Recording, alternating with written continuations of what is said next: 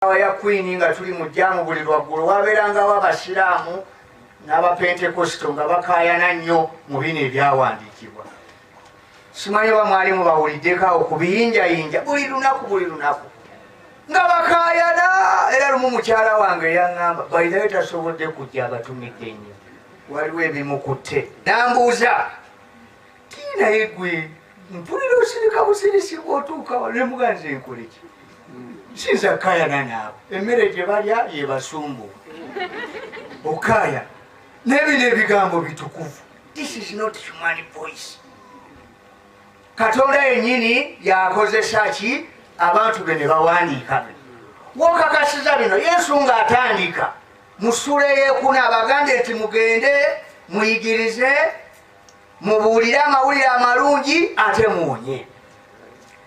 Surprisingly eno awasemba mu Matayo 28 bwadde engulu n'azuukira agamba bw'ati, kyokola nze sikayana kubyogerera byeyogerera byokka, nti Yesu n'abasemberera n'ayogera nabo n'agamba nti mpeereddwa obuyinza bwonna mu ggulu ne ku nsi. Verse 19, kale mugende abantu b'amawanga gonna mubafuule abayigirizwa bange nga mubabatiza mu linnya lya Kitaffe n'ery'Omwana n'ery'Omwoyo Omutukuvu.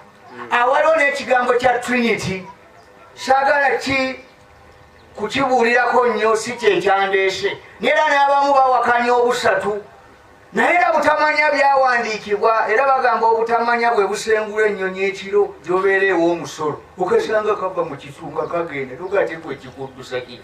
Twagala okubagololera emikono wano we bali. Kwase Reverend Daniel Serumbawo n'omukyalo obusumba buno bw'Ekiryagonja.